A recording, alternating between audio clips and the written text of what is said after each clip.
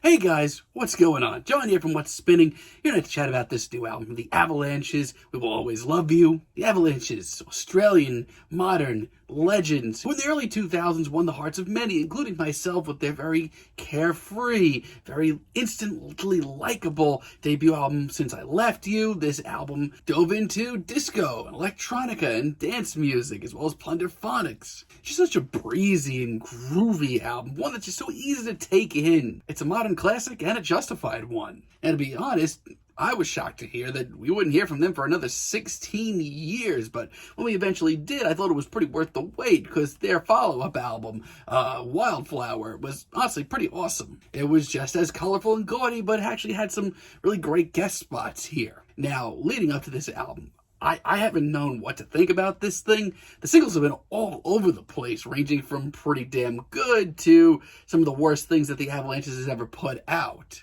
Let's chat about this thing. You know, it's really tough. I'm just going to come right out and say I want to love this album, but the Avalanches have made it pretty hard. There's a ton of material here. An hour and 10 minutes, maybe even more. 25 tracks. A lot of them are very short interludes, and there's also a lot of really awkward performances on here. Take, for example, the title track with Blood Orange. Now, I've always loved the Avalanches, and I'm a huge Blood Orange guy. But I hate to be that guy, but this track almost made me not want to listen to the rest of the album. I do like the spacey beat and some of the production. Chemistry. There's no chemistry here. Let that be perfectly clear. And these awkward samples. What even is this? Reflecting Light isn't that much better. I personally thought that the Avalanches going for this sound here, more dreary, sort of down-tempo sound, would be pretty cool. But so much of this track is so uneventful. Look, Sonaida Matreya's vocals as well as Vashti Bunyan's are actually pretty soulful, pretty unbelievable, but set above this beat that goes nowhere. I've heard so much better from the Avalanches. And you know what? I'll say I get the appeal. I understand why major Avalanches fans would enjoy this track. I'm usually right there with you, but this just is not for me. I will say this, the Avalanches do get into a really great groove in the middle of the album, but towards the end of the album, they start to slack off again. Gold Sky featuring Kurt Vile. Oh Lord, for me, of all the tracks here, this is the most awkward. I'm a diehard Kurt Vile fan. His deadpan, very wordy, very intense spoken word performances have really won me over the years. He's one of my favorite singer-songwriters. This is painful. This is garbage. You know what? It's nobody's fault. I feel like Kurt's very intense performance here wouldn't even sound interesting on one of his albums. I don't know. This just clashes way too hard. And Running Red Lights featuring Weezer's Rivers Cuomo and Pink Sifu is not good. The Avalanches here just go super obnoxious. Okay, let's address the elephant in the room here.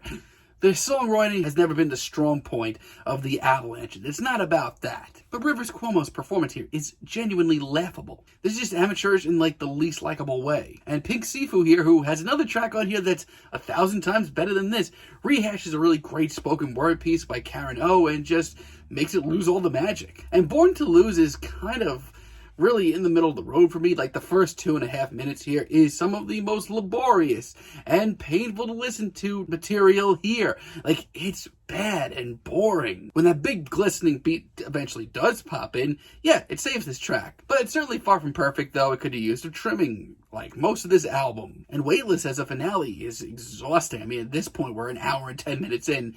I didn't want to hear 3 minutes of bleeps, bloops, and ambient noise and a voiceover. The voiceover actually does bring a lot of emotion in. I think it's pretty good, but it's just too little too late.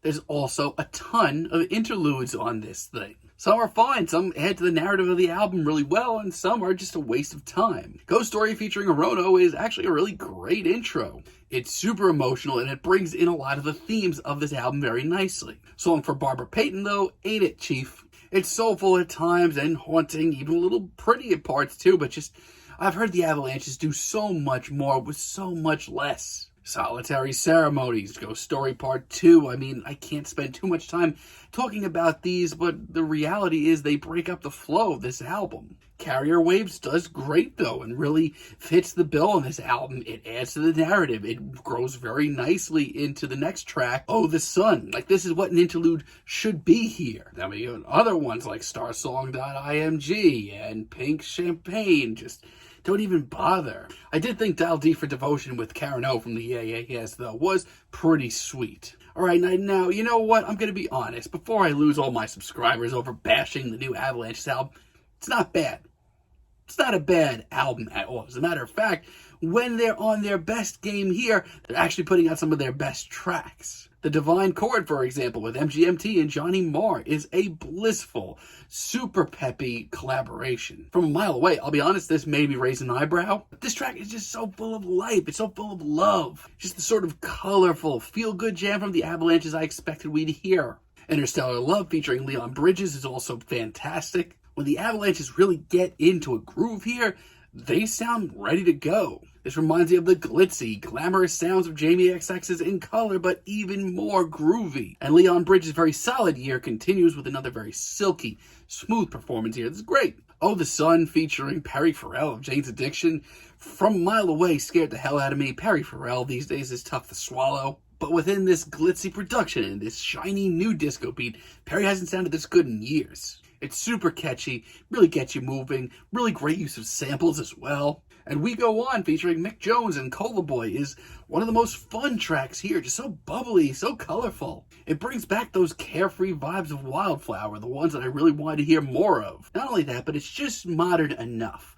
Just something new enough from the Avalanches to make it seem hip.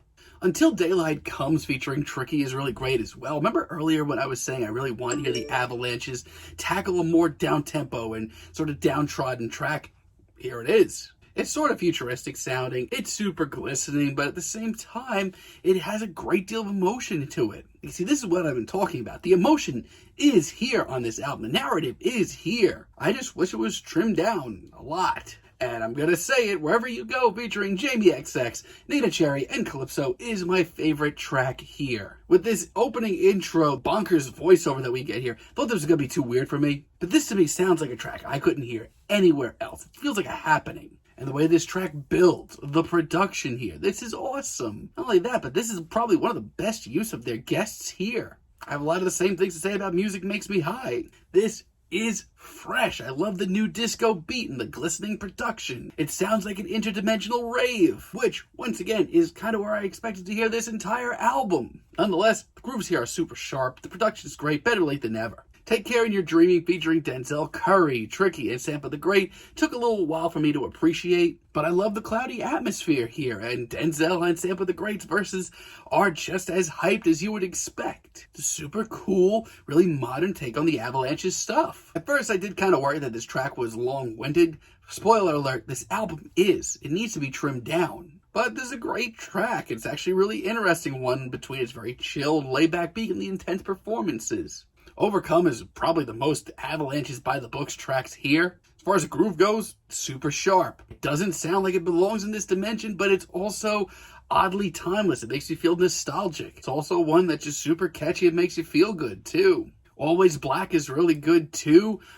Didn't expect to like this one as much as I did, mostly because I'm not a big Pink Sifu guy, and this jazzy beat is not usually what I go for from the Avalanches. But it's super majestic, it's wonderfully textured. It's a really great gamble that paid off. And speaking of gambles that pay off, we have Music is the Light featuring Cornelius and Kelly Moran. This is one hell of a risk for the Avalanches.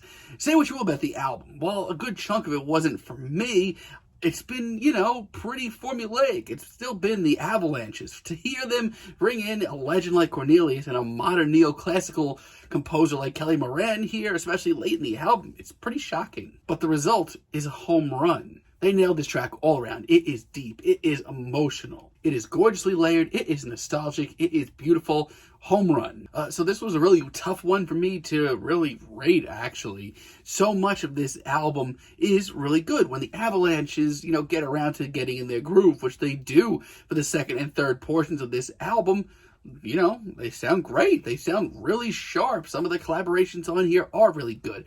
However, when the collaborations are bad, and there are a handful of them, and the numerous interludes that go absolutely nowhere and could be put in other portions of this album, I don't know. I can't give this as strong of a rating as it was. But you know what? I'm going to say this. If this album was trimmed down, I think it would be an 8 easily. But because of that, I still really like a lot of this album. So much of this album still makes me feel really good.